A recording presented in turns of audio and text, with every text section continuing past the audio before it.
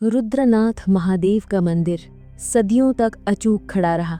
न किसी आक्रमणकारी का डर, न किसी राजा की राजनीति का बोझ। गांव वाले मानते थे कि देवदासी का नृत्य इस मंदिर की रक्षा करता है, और जब तक हर भोर उसकी पायल की आवाज आती रही, कभी कोई तलवार मंदिर की सीढ़ियों तक नहीं पहुंची। लेकिन उस शाम पहाड़ों की चोटी पर उठती धूल गांव का भविष्य बदलने वाली थी। अफगान अधिपति जरकी खान अपने 100 से अधिक सैनिकों के साथ गांव की ओर उतर रहा था। उसकी तलवार नहीं, उसकी आंखें ज्यादा खतरनाक थीं, क्योंकि वो लड़ाई नहीं चाहता था, वो अपमान चाहता था। गांव के पुरुष खेत छोड़कर भागे आए, औरतें बच्चों को लेकर कच्ची झोंपड़ियों में छिपने लगी। सब जानते थे कि अगर विदेशी सेना ऊपर मंदिर तक पहुंची तो पहला निशाना देवदासी होगी, क्योंकि देवदासी उस गांव का गौरव भी थी और असुरक्षा भी। उसका अकेलापन, उसका बंधन, उसकी समर्पण की छवि सब आक्रमणकारियों की आंखों को पसंद आती थी। और उस रात जिसका भय वर्षों से दबा हुआ था, वो पहाड़ी पर चढ़ रहा था। मंदिर के भीतर अनुराधा न आम स्त्रियों जैसी थी, न राजा की रानियों जैसी। वो किसी के लिए नारी नहीं थी, वो परंपरा थी, कानून था, बंधन था। बचपन में उसे किसी ने पूछा नहीं कि वो क्या बनना चाहती है। जब उसकी उम्र 10 वर्ष हुई, एक दिन उसे बस माथे पर हल्दी लगाकर मंदिर के बाहर खड़ा कर दिया गया। अब तो रुद्रनाथ की है। उसने रोना भी नहीं सीखा था और दुनिया ने उसका बचपन छीन लिया। उस रात जब अफगानी घोड़ों की पहली टाँपें मंदिर के द्वार के पास पहुंची, अनुराधा अपने छोटे कक्ष में बैठी अपने गले का हार ठीक कर रही थी। नृत्य के बाद वो हमेशा कुछ मिनट खुद के साथ रहती थी। न मंदिर का नियम, न लोगों की नज़र, न कोई पुजारी, बस वो। लेकिन जैसे ही दूर से उठता शोर पहाड़ों में गूंजा, वो एकदम स्थिर हो गई, शांति जैसे किसी ने तोड़ दी हो। उसने अपना चेहरा उठाकर मंदिर की दहलीज की ओर देखा। दूर कहीं जलती झोंपड़ियों की लौ आकाश को लाल कर रही थी। उसने कोई डर महसूस नहीं किया, बस एक सच्चाई जिसे वो कई वर्षों से जानती थी। उसकी देह कभी उसकी नहीं रही थी। गांव की महिलाएं मंदिर की ओर भागी। जैसे ही खबर फैली कि विदेशी सेना आ रही है, गांव की कई वृद्धाएं मंदिर की ओर दौड़ी। उनमें से एक ने अनुराधा के हाथ पकड़े। बर्बाद हो जाएगा सब, छिप जा बेटी, कहीं भी छिप जा। अनुराधा ने धीरे से अपना हाथ छुड़ाया। मैं कहाँ छिपूंगी माँ? जिस देह को बचाने कोई नहीं आया, उसे छुपाने का क्या मतलब? उसकी आवाज में दर्द नहीं था, एक बुझी हुई स्वीकृति थी, पर आंखों में धीमी धीमी ज्वालाएं अब भी जल रही थी।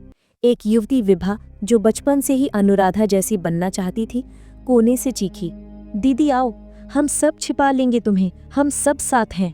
अनुराधा ने मुस्कुराकर विभा का सिर सहलाया। साथ? तुम सबका साथ मुझे बचपन में चाहिए था विभा, आज नहीं। उसने मंदिर की ओर देखा, शांत, गंभीर, मग्न। मैं यहीं रहूंगी जहां देवदासी को रहना चाहिए। भागकर क्या साबित करूंगी कि मेरा नृत्य डरपोकों का था? उसके शब्द गांव की महिलाओं के सीने में उतर गए, पर वो कुछ कह पाती उससे पहले घोड़ों की टाँपें सीढ़ियों तक पहुंच चुकी थीं। मंदिर का विशाल लकड़ी का दरवाजा सैनिकों ने भारी कुंदों से तोड़ डाला। तलवार का पहला वार नहीं, दरवाजे का टूटना गांव के इतिहास में पहली बार हुआ था। सैनिक अंदर घुसे, नाश का नशा आंखों में। उनकी आंखें हर स्त्री की देह को एक जंग की ट्रॉफी की तरह देख रही थीं। उनमें सबसे आगे जरकी खान आया, लंबा, कड़क, आंखों में ऐसी भूख जो किसी जानवर में भी नहीं होती। उसकी नजर सीधे अनुराधा पर टिकी, इतनी साफ जैसे बाकी दुनिया उसके लिए अस्तित्व में ही न हो। वो आगे आया और उसके आगे आते ही अनुराधा ने न कदम पीछे खींचा, न चेहरा छुपाया। वो सीधी खड़ी रही, सम्मान से नहीं, जिद से। खान ने होंठ दबाकर कहा, हिंदुस्तान की इज्जत इतनी खूबसूरत क्यों होती है? उसकी बात वहीं खड़े सभी सैनिकों को उत्तेजित कर गई। अनुराधा ने उसकी आंखों में देखते हुए कहा, तू मेरी इज्जत नहीं ले जाएगा, तू अपनी हराने आया है। खान ने हंसकर उसकी ठुड्डी पकड़ी, आज तू समझेगी कि जीत क्या होती है। लेकिन अनुराधा किसी भी स्त्री की तरह डरी नहीं। उसके चेहरे पर एक अजीब सा स्थिर भाव था, जैसे वो किसी अंदरूनी संकल्प से भर चुकी हो। सैनिकों ने अनुराधा को खींचकर मंदिर की देहरी पर गिराया। उसे बांधा नहीं गया, उसे रोका नहीं गया, क्योंकि उन्हें विश्वास था कि एक स्त्री 10 हथियारों का सामना नहीं कर सकती। वो अकेली थी, पर उसकी आंखों में एक अजीब सा स्थिर भाव था, जैसे वो किसी अंदरूनी संकल्प से भर चुकी हो। पहला वार उसकी देह पर नहीं किया गया, उसकी आत्मा पर किया गया। वो वार जो किसी भी स्त्री के लिए जिंदा रहने से बुरा होता है। अनुराधा ने हर चोट, हर अपमान, हर अत्याचार बिना चीखे सहा। उसने गिड़गिड़ाया नहीं, दया नहीं मांगी। उसके होंठ हर बार बस एक ही नाम उच्चारे, रुद्र रुद्र। सैनिकों को उसकी ये दृढ़ता और उत्तेजित करती रही। घंटों तक मंदिर की सीढ़ियां उसके खून और उसकी दृढ़ता दोनों से लाल होती रहीं, और जब अंततः उसका शरीर अपनी सीमा पार कर गया, वो धीरे धीरे ठंडा होने लगा, लेकिन उसकी आंखें अब भी जल रही थीं। जरकी खान उसके पास झुककर उसका चेहरा उठाने लगा। अब बोल स्त्री, तेरा भगवान तेरी रक्षा क्यों नहीं कर पाया? अनुराधा ने जमीन पर गिरा अपना आखिरी रक्त उठाया और अपनी उंगली से खान के हाथ पर रख दिया, क्योंकि भगवान शाप देने के लिए स्त्रियों को चुनते हैं। खान ठहाका हंसा, मरते हुए भी शाप देगी? अनुराधा की उंगलियां कांपी नहीं, उसकी आवाज टूटी नहीं। वो बोली, आज तेरी तलवार नहीं, तेरा वंश कटेगा। तेरे कुल की हर लड़की उसी आग से गुजरेगी जिसे तूने मेरे भीतर जलाया है। आज जो तू मुझसे छीनेगा, वही तेरी आने वाली हर पीढ़ी से छीना जाएगा। उसने अंतिम सांस लेते हुए कहा, ये मेरा बदला नहीं, ये देवी का न्याय है। और उसी क्षण उसकी गर्दन धीरे से एक ओर झुक गई। देवदासी की देह रुक गई, पर शाप जन्म ले चुका था, और रुद्रनाथ मंदिर की देहरी पर पहली बार एक स्त्री का खून गिरा। जरकी खान ने अपनी उंगलियों से अनुराधा का चेहरा हटाया, पर उसके भीतर एक क्षण के लिए कुछ अजीब सा हुआ। आदमी के रूप में वो हिंसा का आदी था। शरीर को दर्द देने का आनंद उसके लिए नया नहीं था, पर अनुराधा के अंतिम शब्दों ने उसकी देह में एक ठंडी गर्मी छोड़ी, जैसे किसी ने उसके कंधे पर अदृश्य हाथ रख दिया हो। वो हंसा, पर हंसी अधूरी थी। मेरे वंश को श्राप देगी? उसने कहा। मेरा वंश तलवार से चलता है, किसी स्त्री के शब्दों से नहीं। लेकिन उसकी हंसी जितनी जोर से निकली थी, उतनी ही जल्दी घुट गई, क्योंकि मंदिर की सीढ़ियों पर अनुराधा का खून बहने के बजाय धीरे धीरे फैलने लगा था, एक दिशा में, उसकी ओर। ये बात कोई सैनिक नहीं समझ पाया, पर खान ने समझ लिया। ये बहाव किसी जख्म का नहीं था, ये बहाव मानो इच्छा से चल रहा था।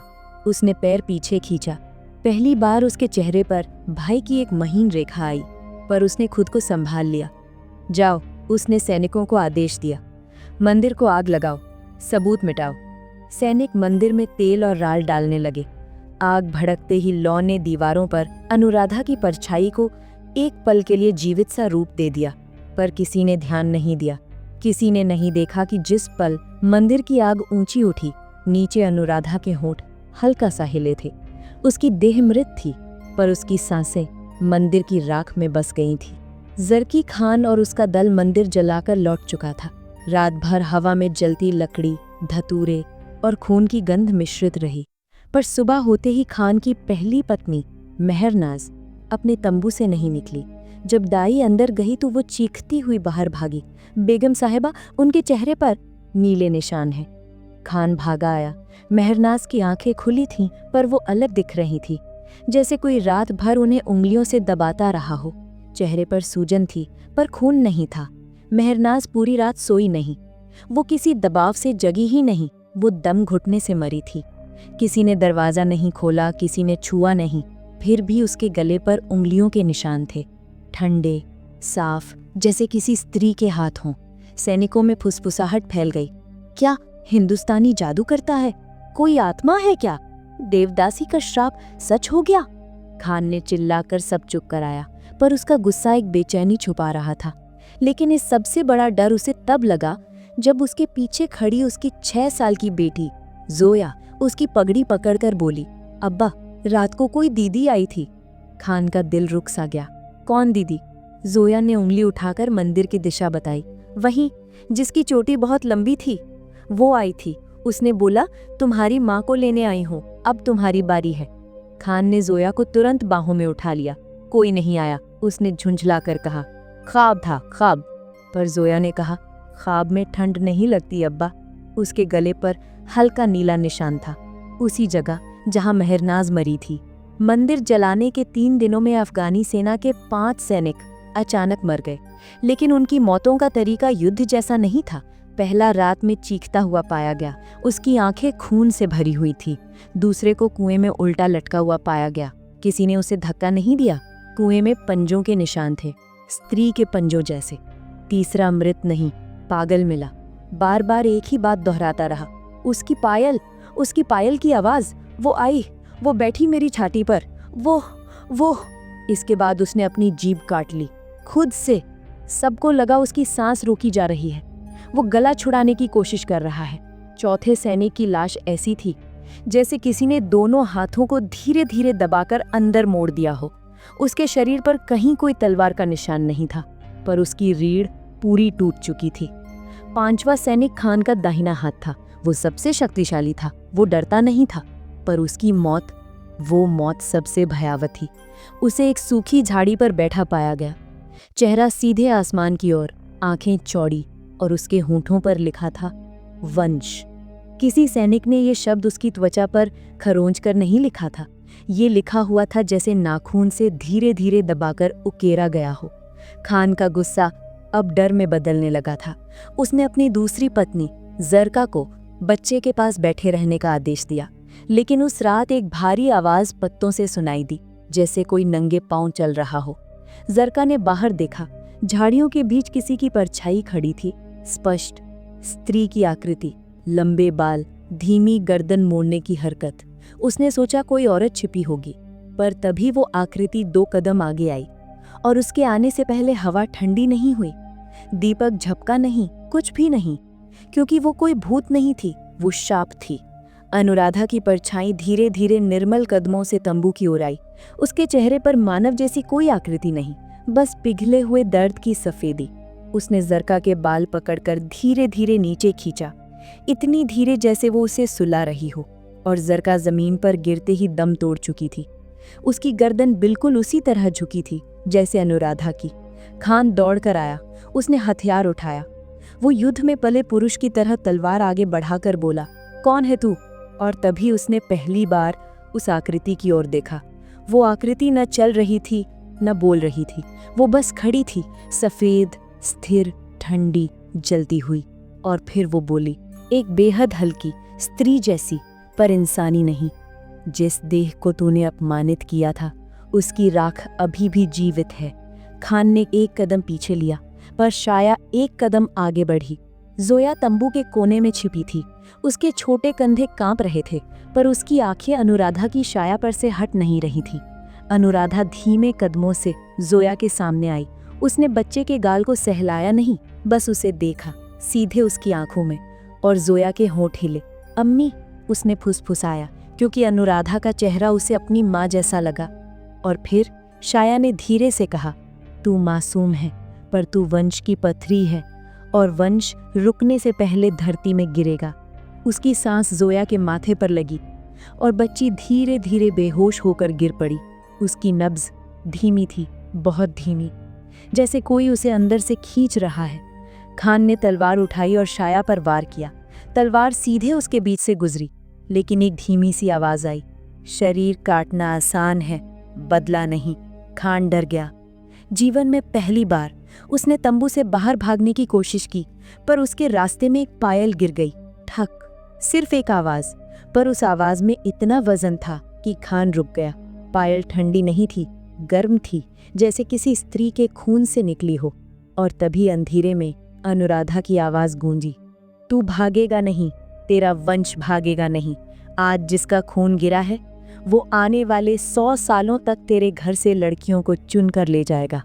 और शायद धीरे धीरे गायब हो गई। रुद्रनाथ मंदिर की राख अभी पूरी तरह ठंडी भी नहीं हुई थी कि श्राप अपने दूसरे स्वरूप में काफिले पर छाने लगा। सैनिकों की रातें अब साधारण नहीं रहीं, न सपनों में चैन, न जागते हुए सुरक्षा। वे हर पल किसी अनदेखे दबाव में जी रहे थे, लेकिन वो दबाव भूत का नहीं था, वो एक अन्याय से जन्मा प्रतिशोध था। शिविर में आए दिन कोई न कोई आवाज गूंजती, कभी जोया की रुलाई, कभी सैनिकों के प्राण निकलते फूंक, कभी रात में दौड़ते घोड़ों की चीख। पर असली डर उस दिन शुरू हुआ जब अफगानी काफिला गांव छोड़कर अपने साम्राज्य की ओर बढ़ा। मंदिर से निकलते ही पहले घंटे में एक सैनिक गिरा।